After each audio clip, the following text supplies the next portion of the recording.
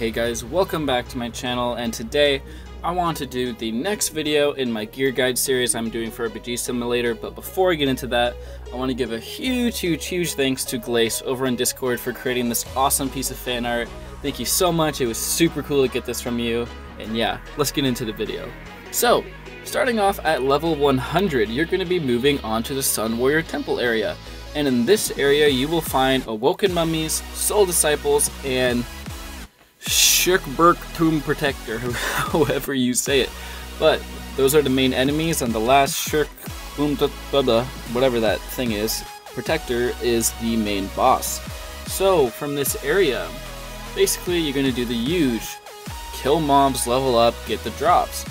So for this area, you can expect the weapon drops of the Disciple Staff. It requires level 111 to use, is plus 70 damage. It is dropped by Soul's Disciples. The other weapon you can get from this area is the Ancient Cursed Sword. This weapon is level 120 plus requirement and 125 damage, so it is very good. And it is only dropped by the Shekbur boss man from the tomb. I can never say his name, but his boss is dropped from the main boss. Also in this area, there will be one accessory you are aiming for, and that is the Necklace of Sandstorms. So the Necklace of Sandstorms is dropped by Awoken Mummies in the Sun Temple and requires level 110. So what's very unique about this area is every single mob has their own drop. So no matter what, I recommend in this area you farm Awoken Mummies until you get the Necklace of Sandstorms. The Awoken Mummies will be in the very first area when you enter the Sun Warrior Temple, and they're so easy to kill. So I recommend you farm them until you get the Necklace of Sandstorms. Don't even bother killing the boss of the area until you get this, because while you're getting this, you're going to be leveling up, and you will probably reach level around 110 before you actually get this drop. And this drop requires level 110 to use, so it's kind of a good thing. Also, this area, it's very easy, and the next raid will be level 130, so basically all you're doing here is farming mobs, killing mobs, doing all that. Basically what you always do in every area until you get all the drops. Make sure you farm all the Awoken Mummies until you get Necklace of Sandstorms, and farm Shekbur, the main boss man, until you get the Soul Sword, because that sword is so good. And this area is pretty easy, it's not too difficult. You're also going to spend a lot of time here, because the next area is not till level 160. Before I move on to the raid at level 130, I want to talk about the Demon Lord side boss in the volcano area, which I'll show you how to get there now. So here you can get the Demon Scythe with drops from the Demon Lord. No way! But the Demon Scythe is level 130 requirement and is plus 420 damage, super effective. It's a very rare drop though, so you may struggle to get this.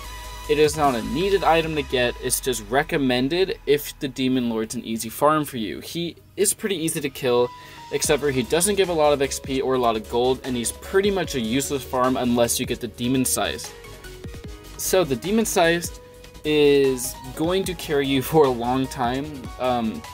Once you get the Legendary Raid Sword from the level 130 raid, that will be better than it, but until then it is the best item, so it will carry you for a long while. So at level 130, you unlock the Soul Slayer of Stars raid. So that is the main boss, and this raid is very straightforward. There's one big boss in the center. He has several attacks. One of his attacks is a bunch of massive red circles that will appear all over the map, and they explode with some sort of magic sun power thing, I don't know, that deals big damage to you. Avoid that. He does the standard run after you slash attack. Always backtrack during this or walk forward to avoid taking massive damage. Another thing he does, he'll stop moving and a massive sun will appear around him basically instantly, dealing massive damage quickly. This is a very hard attack to avoid, and there's pretty much nothing you can do about it. That's why you want to make sure you use your healing ability, because I'm pretty sure around level 120 you unlock your healing ability. If I'm wrong about that, I'll correct it on text on the screen. In this raid there's a lot of drops. First, I'll talk about the Soul Star Destroyer. The Soul Star Destroyer has a 20% drop rate. It is a raid weapon, requires level 135 to use, and is plus 350 damage. This weapon is a lot easier to get than the Demon Scythe, but the Demon Scythe is a lot better. So if you can get the Demon Scythe from the Demon Lord, you're good. That's what I did. I got very lucky and used that. So if you can get that, awesome. If not, this will do.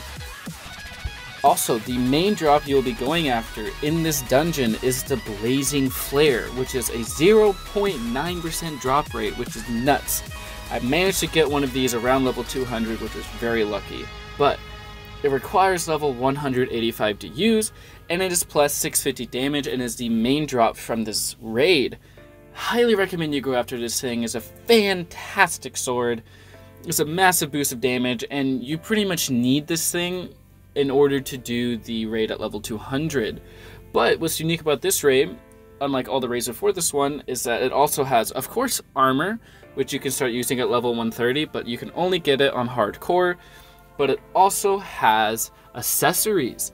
So here, the two accessories it drops is the Pendant of the 700 Star.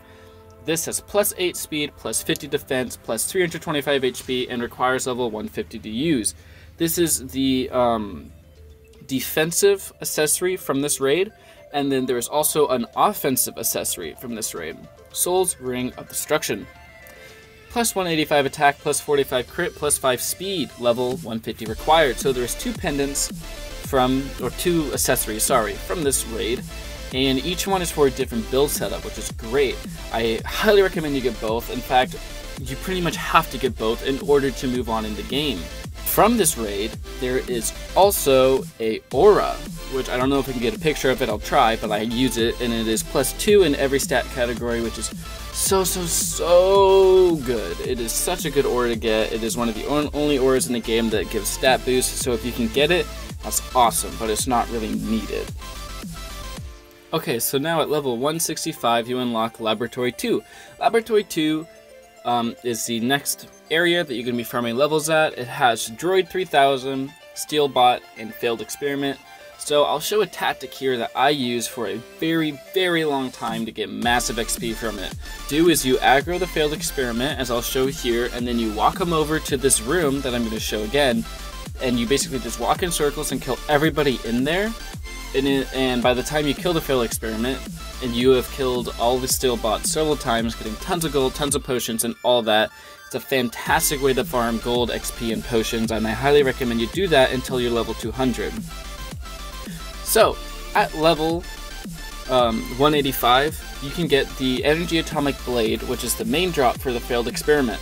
So this thing is plus 585 damage. It is a lot better than the Soul's Destroyer, the blue whatever looking sword from the raid, but it's not quite as good as the Legendary Raid Drop. If you get this and you don't get the Legendary Raid Drop sword, that is fine. This will work in the level 200 raid, but I recommend you try to get the Legendary Sword from the level 130 raid. So that's pretty much it from stuff, for stuff level 100 to 200. Pretty much just do all the things I mentioned. You just want to grind XP. There's not a ton to do. At level 200, you unlock the next raid, but I'll go over to that in maybe my next video. I might even make a guide specifically on that raid because it is the most difficult raid so far. Anyways, I hope you guys found this guide somewhat useful. Let me know in the comments down below if you enjoyed, and let me know if you want me to make more of these. Also, I am going to be doing a Q&A video here very shortly. If you want to have if you want me to answer your question, send questions down on Discord. I have a chat set up for it and everything, or leave questions in the comments. I'm more likely to answer your questions if you send them on Discord because it's easier to see them, but I may answer them if you just leave them in the comments. If you want to leave a comment down below for the question, put at the start for Shosko's Q&A, comma, then put your question, and then that's how I know it's for the Q&A.